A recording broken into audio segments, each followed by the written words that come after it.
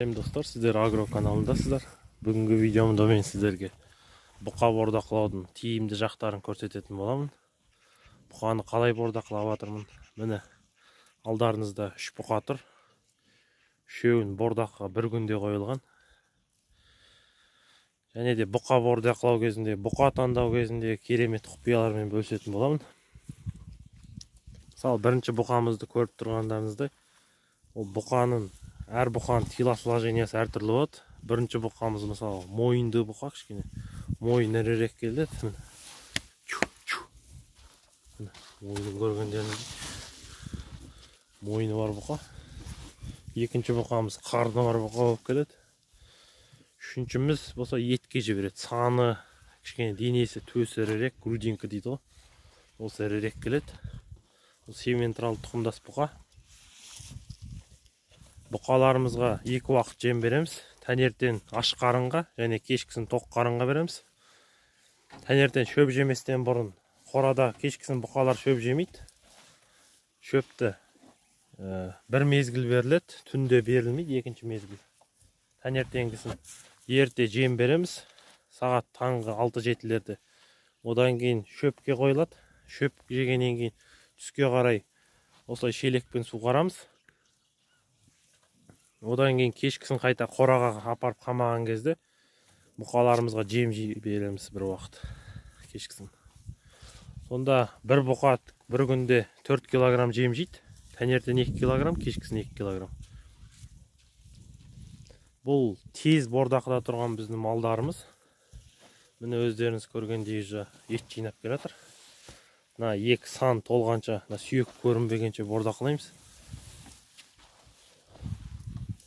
Бордақыда особо ештеңке жоқ. Өзіміздің еккен жоңышқамыз міне. Экспорт ет жоңышқа. Шөп аралас. Соны жейді, сағырлап. Күніне бір уақыт саламыз. Әрқайсына бір-бір аша шөптен. Бір тюк шөпті үшеуі бөлісіп жейді. Сонда тюкпен есептесек. Бұлар қатты бордақыда тұр қазіргі сәтте. Тез өткізу үшін. Корм бәрін сильно давать етіп жатырмыз. Мынау сементал тұқымдас бұқа. Бұл бұқалардың онша мойыны болмайды. Бірақ денесі 4 бұрыштау болып келгендіктен денесіне ет көп жинайды. Бұқалар жуас бәрі. Достар, осы бұқалар сіздерге ұнап жатса, осы 3 бұқаны мен сатылымға қойып отырмын. Сатып алсаңыздар да болады. Осы нөмерге хабарласып, мен қазір нөмірімді айтам.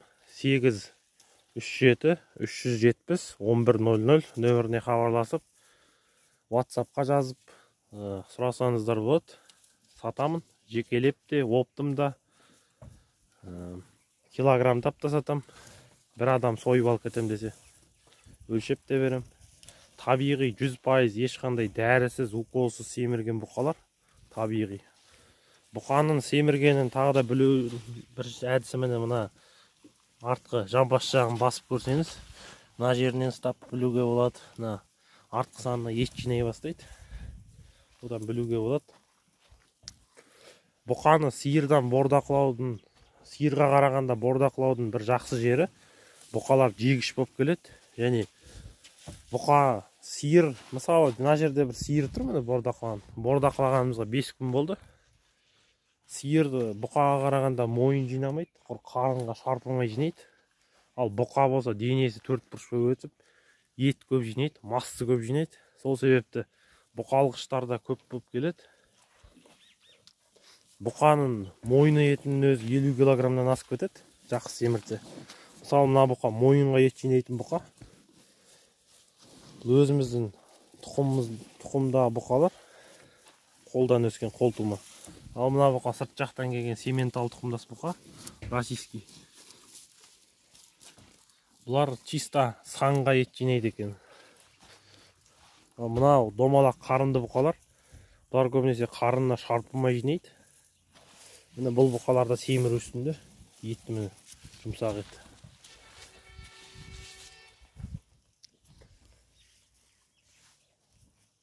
Бұқа бордақылау кезінде особо бір ештеңке қиындық тудырмайды.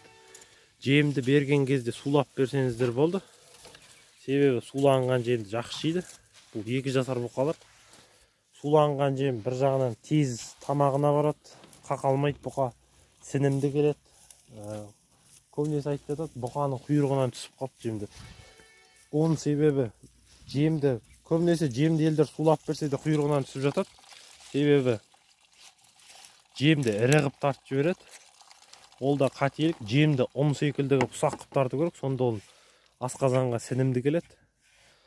Бұқаның сиырларда 40 қабат қарын болады, кітапшасы.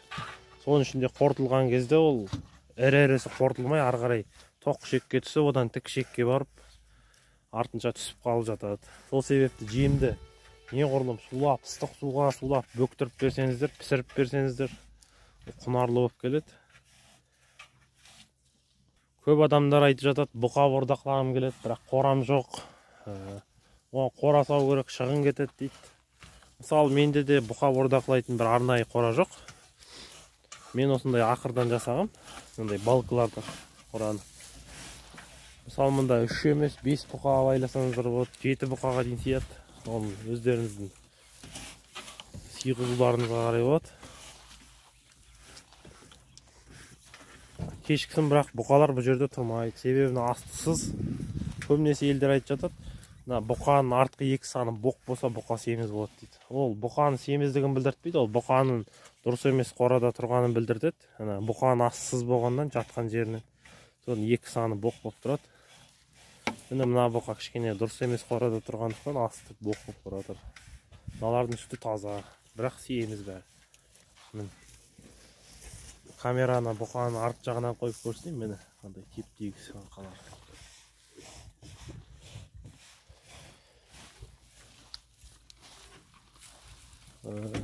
Сіздерге бұндай бордақ түрі ыңғайсыз болса, комбикорммен де бордақлауға болады.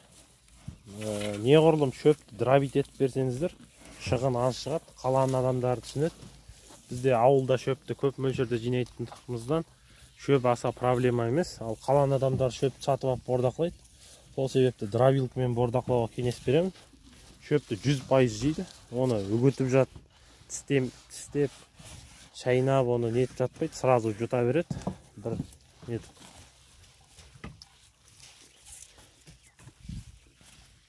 Достар, видео ұнап жатса, каналға тіркеліп, лайк басып, комментарий жаза кетіңіздер. Үйде бордақ ұстайсыздар ма, комментарийді жаза кетіңіздер, өздеріңіздің әдістеріңізді бордақлаудың. Келесі видеода достар, қай малды бордақлаған тиімді, жылқы ма, сиыр ма, қой ма, бұқа ма, соны да айтатын боламын. Ол видео жақында шығады, сол үшін каналға тіркеліп кетіңіздер. Бұқаны біз көбінесе 3 ай бордақлаймыз. 3 айдан 6 айға дейін бордақлана береді, ұзақтығы. Ол бұқаның телосложениясына қарай. Ең тез семіретін бұқалар ол мойын өсіретін бұқалар. Себебі олар мойнына етті жинап, денесі мен мойыны бірігіп кетеді постоянно. Содан олар тез семіреді.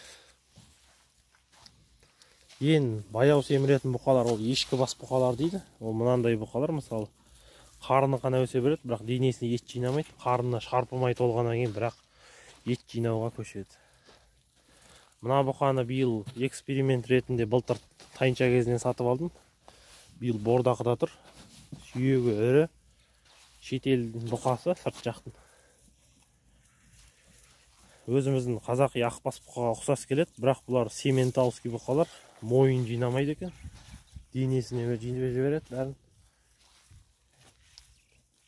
Ал бұқалардың астын тазалауға келетін болсақ, астын бір уақыт тазалап тұрамыз. Мындай тырмамен бері қарай тартып алып, теуіп жүрмес үшін. Астындағы боғын бір жерге жинап, артынша боғарбамен шығарып тастаймыз. Бұқа бордақлау кезінде бір аса керемет құпиялар жоқ. Бәрі осылай, достар. Келесі видеода қандай малды бордақлаған тиімді, қанша шығымсыз шығады, бұндайды айтатын боламын. Сіздерге бір комментарийде қызық болып отырсын. Мына бұқа сойса, мысалы, қанша килограмм ет береді, кім біледі, жаза кетіңіздер. 2 жасар бұқа. Таза салмағы еттің қанша килограмм береді деп ойлайсыздар. кейін если сойып атсам сіздерге бөлісетін боламын. Осы 3 бұқа сатылымда. Менің номеріме хабарласып біле аласыздар, қалай сатып алу керек. Үшеуін де сатамын. Тұқымдыққа да алса болады, ірі бұқалар. Менің номерім, байланыс номерім, WhatsApp номер 837 370 1100 нөміріне хабарласып, осы бұқаларды сатып алсаңыздар да болады. Достар, видео ұнаса каналға тіркеліп, лайк басып, комментарий жаза кетіңіздер. Келесі видеода тағы да керемет нелермен бөлісетін боламын, құпиялармен бордақ туралы. Келесі видеода кездескенше.